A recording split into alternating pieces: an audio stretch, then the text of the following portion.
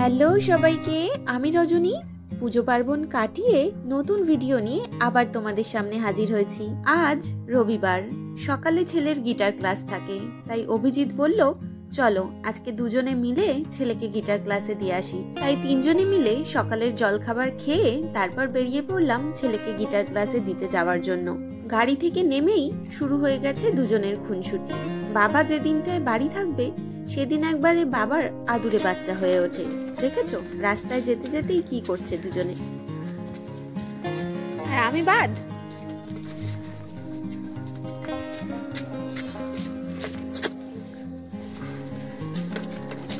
ছেলেকে গিটার ক্লাসে ছেড়ে দিয়ে আমরা দুজনে ফিরে যাব বাড়িতে।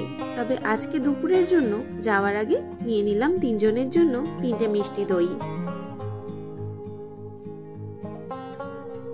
বাড়ি ফিরে এসেই আজকে যেটা প্রধান কাজ সেটা হচ্ছে গত সপ্তাহে কিনে রাখা এই গাছের চারাগুলোকে আজকে লাগানো হবে। গত বছর যা গাছ লাগিয়েছিলাম তা থেকে যে পরিমাণ মাটি ছিল সেই মাটিগুলোকেই ঢেলে একটু রোদ্দুরে দেওয়া হয়েছিল।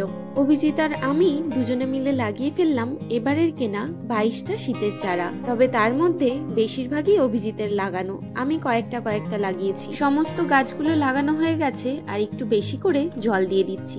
মাটিগুলো কেমন শুকনো দেখেছো? আর এমনিতেও গাছ লাগানোর পরে একটু বেশি করে জল দিতে হয়, এটাই নিয়ম।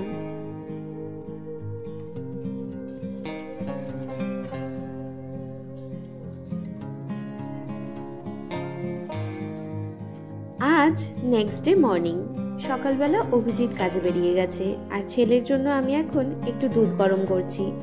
আজ সকালের জলখাবারে ছেলেকে দুধ বিস্কিট দিয়ে দেব। আর আমি গতকাল রাতের একটু খিচুড়ি রয়ে গেছে, ওটাই খাবো ভাবছি। গতকাল রাতের বেলা একটু খিচুড়ি খেতে ইচ্ছে হচ্ছিল, তাই শীতের নানা রকম সবজি দিয়ে মানে গাজর, বিনস, ফুলকপি এইসব দিয়ে বানানো হয়েছিল খিচুড়ি। আর খিচুড়ি বানালে একদম মাপে মাপে হয়ে যে খিচুড়ি শেষ হয়ে যাবে সেটা আমাদের কখনোই হয় না, ঠিক অল্প আদ্রু বেঁচেই যায়। তাই ভাবলাম ওই বেঁচে যাওয়া খিচুড়িটা দিয়েই সকালের জলখাবারটা সেরে নিই। খিচুড়িটা জমাট বেঁধে গেছে, তাই জন্য তার মধ্যে একটুখানি জল আর একটুখানি নুন আর চিনি দিয়ে গরম করে নিচ্ছি। আর সাথে ভাবছি একটুখানি আলু ভেজে নেব, গোল গোল করে আলু ভাজা, আর তার সাথে এই খিচুড়িটা। ওইদিকে ছেলের দুধটাও গরম হয়ে গেছে, এক্ষুনি উতলে আসবে বলে। দুধ থেকে চোখ সরালেই চোখের নিমেষে উতলে আসবে, তাই দুধ বসিয়ে কোথাও যাওয়া যাবে না, সামনেই দাঁড়িয়ে থাকতে হবে ঠায়। ছেলের দুধটা একটু হরলিক্স দিয়ে গুলে দিয়েছি আর তার সাথে দিয়েছি ওকে ওর পছন্দের বিস্কিটগুলো। 2টো ডার্ক ফ্যান্টাসি অরিও, তার সাথে একটা চকোফিলস ভরা বিস্কিট আর 4টে গুড ডে, তার মধ্যে 2টো গুড ডে আবার ভেঙে গিয়েছে। চলো এবার খাবারটা ওকে খেতে দিয়ে দিই আর সাথে আমিও নিয়ে বসে পড়ি। ছেলে আমার আলু ভাজা খেতে খুব ভালোবাসে, ওকে দুধ দিয়েছি আর আমি আলু ভাজা নিয়ে বসেছি দেখে বলল তুমি আলু ভাজা খাচ্ছ, তাহলে আমাকেও একদিন বানিয়ে দেবে। আমি বললাম ঠিক আছে, তুই এখন দুধটা খা। তা আমি আলু ভাজা দিয়ে খিচুড়িটা খেয়ে নিলাম। খেয়ে ছেলেকে পড়তে বসিয়েছিলাম, সামনেই তো ছেলের পরীক্ষা। ছেলেকে পড়িয়ে নিয়ে চলে এসেছি এবার রান্নাঘরে। এই পুঁই শাকটা দিদিভাইদের গাছের, অনেকদিন ধরেই দিদিভাই আমাকে বলছিল নেওয়ার জন্য, কিন্তু শুধু পুঁই শাক নিলেই তো আর হবে না, তার জন্য যে সমস্ত রান্নার জিনিসগুলো চাই সেগুলো তো দরকার। তাই অভিজিৎ এনে দিয়েছে সমস্ত জিনিসপত্রগুলো। তারপর গাছ থেকে আজকে সকালেই কেটে রাখা এই পুঁই শাকটা আজ রান্না করব। সমস্ত সবজিগুলো আমি ভালো করে কেটে ধুয়ে নিয়েছি। প্রথমেই দেখাচ্ছি আলু, তারপর কুমড়ো, মূলো নেওয়া হয়েছে, তার সাথে একটা বেগুন আর 4 পিস পটল ছিল, সেই পটলটাকেও 4 ফালি করে লম্বা লম্বা করে চিড়ে কেটে নিয়েছি। সবকিছু দিয়ে আজকে বানাবো পুঁই শাকের ঘ্যাট। চলো আর দেরি করে কাজ নেই, কড়াই বসিয়ে দিয়েছি। কড়াইয়ে দিয়ে দিচ্ছি পরিমাণ মতো সর্ষের তেল, তবে আজকে রান্নার জন্য তেলটা একটু বেশিই লাগবে। কড়াইয়ে তেলটা ভালোভাবে গরম হয়ে গেলে এর মধ্যে দিয়ে দিচ্ছি দারচিনি, 3টে এলাচ, 4টে লবঙ্গ, 2টো তেজপাতা আর 2টো শুকনো লঙ্কা ফাটিয়ে নিয়ে দিয়ে দিলাম। এবার হাতের তালুতে কিছুটা পরিমাণ পাঁচফোড়ন নিয়ে সেটা হাতের মধ্যে একটু ভালো করে রাব করে নিয়ে সেটাও ফোড়নে দিয়ে দিচ্ছি। এবার কেটে রাখা সবজিগুলো একে একে ছেড়ে দিচ্ছি ভেজে নেওয়ার জন্য। সবজিগুলো ভাজা বসিয়ে দিলাম, তবে এখনই নুনের ব্যবহারটা করছি না, কারণ বেগুন রয়েছে তো আর পটলও রয়েছে সাথে। নুন দিলেই তা থেকে জল ছেড়ে আসবে আর ভালো করে ভাজা হবে না। সবজিগুলো ভাজা হতে হতে আমি এখানে একটা পেঁয়াজ আর 1.5 ইঞ্চি মতো আদা আর তার সমপরিমাণে একটু রসুন কেটে নিয়েছি। এইগুলো এবার চলো মিক্সির কন্টেনারে দিয়ে পেস্ট করে নিই। যেটুকু পরিমাণ আদা রসুন কেটেছিলাম সেটা মিক্সির কন্টেনারে নিয়ে নিয়েছি। এবার তার মধ্যে 1 চামচ মতো গোটা জিরে এর সাথে বেটে নেব। পেঁয়াজটা এক্ষুনি আমি কন্টেনারে দিচ্ছি না, আগে জিরেটা দিয়ে ভালো করে বেটে নিই, তারপরে পেঁয়াজটা দিয়ে একবার ঘুরিয়ে নিলেই বাটা হয়ে যাবে।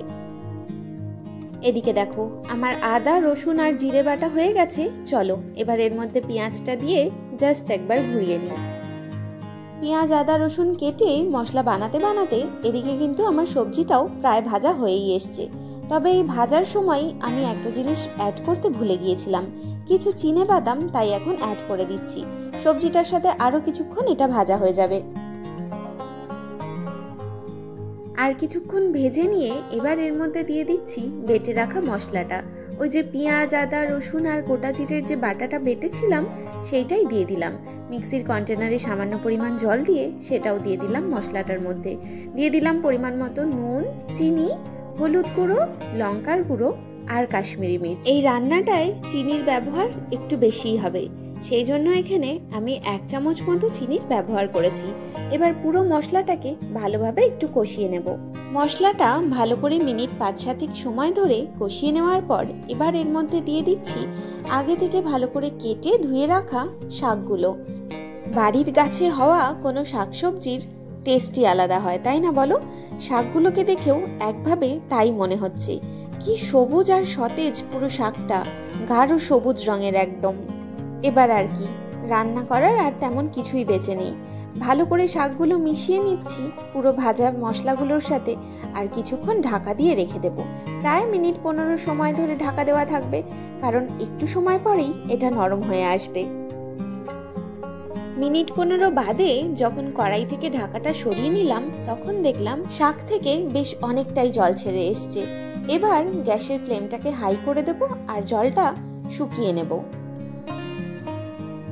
এইবার বাকি রান্নাটা আর ঢাকা দেওয়ার প্রয়োজন নেই, এইভাবে নাড়তে নাড়তেই জলটা শুকিয়ে আসবে।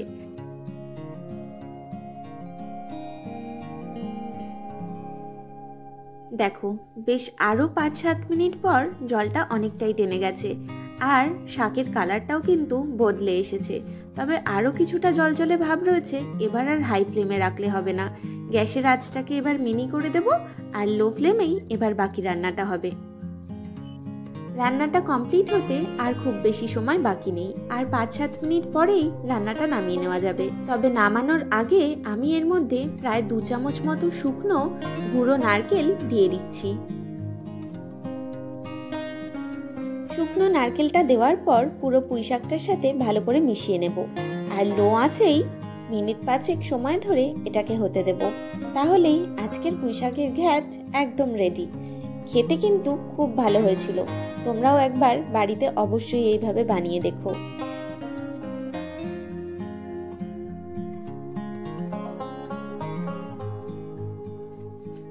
রান্না বান্না সেরে নিয়ে চলে এসেছি এবারে ছাদে একটু জামা কাপড় মেলতে।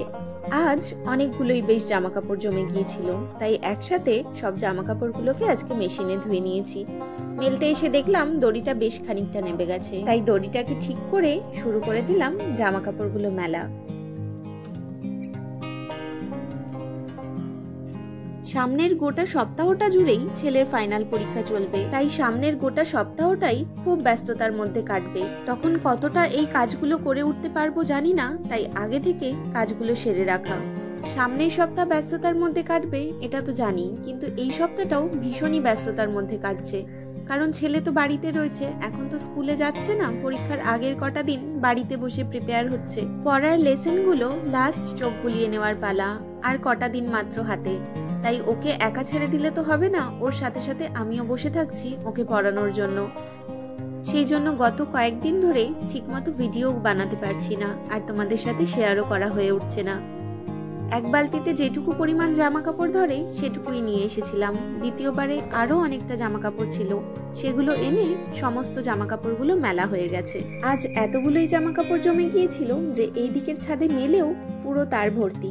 আবার দিদিভাইদের ছাদের দিকেও বেশ কয়েকটা জামা কাপড় মেলতে হয়েছে। এদিকে ছাদ থেকে জামা কাপড় মেলে আসতে আসতে আমার রান্নাও হয়ে গেছে। আজকে পুঁই শাকের সাথে করেছিলাম একটু পেঁয়াজ দিয়ে মুসুরির ডাল। ব্যাস, এই ছিল আজকের দুপুরের খাবারে। আজকে সমস্ত কাজ সারতে সারতে এমনিতেই একটু বেলা হয়ে গিয়েছিল। অভিজিৎ ফোন করে বলল, তোমার কি খাওয়া হয়ে গেছে? আমি বললাম না, এখনো হয়নি। বলল, তাহলে আরেকটু দাঁড়িয়ে যাও, আমি বিরিয়ানি নিয়ে আসছি, সেটাই খেয়ে নেবে বরং। বিরিয়ানির কথা শুনে কিভাবে শুধু ডাল আর পুঁই শাক দিয়ে খেয়ে নি বলো তো? আবার চিকেন চাপ আনতে গিয়েছিলাম, বললাম না লাগবে না।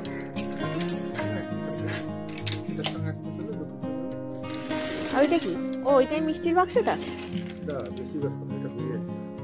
আর এটার মধ্যে চিকেন চাপ। দেখেছো কাণ্ড, নিজে না খেয়ে আমাদের জন্য নিয়ে এসেছে। আসলে ওদেরকে ওদের হাসপাতালের একজন আজ ট্রিট দিয়েছে, সেইটারই বিরিয়ানি ছিল এটা। তবে ও নিজে না খেয়ে আমাদের জন্য নিয়ে চলে এসেছে। আবার বিরিয়ানিতে যেহেতু 1 পিস চিকেন থাকবে, তাই আসার পথে আবার একটা চিকেন চাপও সাথে করে নিয়ে এসছে, যাতে আমি আর ছেলে দুজনে মিলে শেয়ার করে এটা খেয়ে নিতে পারি। কারণ আমাদের দুজনেরই যে বিরিয়ানি খুব পছন্দের, সেটা অভিজিৎ এক কথায় জানে। নিয়ে আসার পর বিরিয়ানিটা গরম করে আমি আর ছেলে দুজনে মিলে খেতে বসে পড়েছি। আজকের ভিডিওটা তাহলে এখানেই শেষ করছি। খুব শিগগিরই তোমাদের সামনে নিয়ে আসবো নতুন কোনো ভিডিও। ততক্ষণ পর্যন্ত তোমরা সবাই ভালো থেকো, সুস্থ থেকো। টাটা সবাইকে।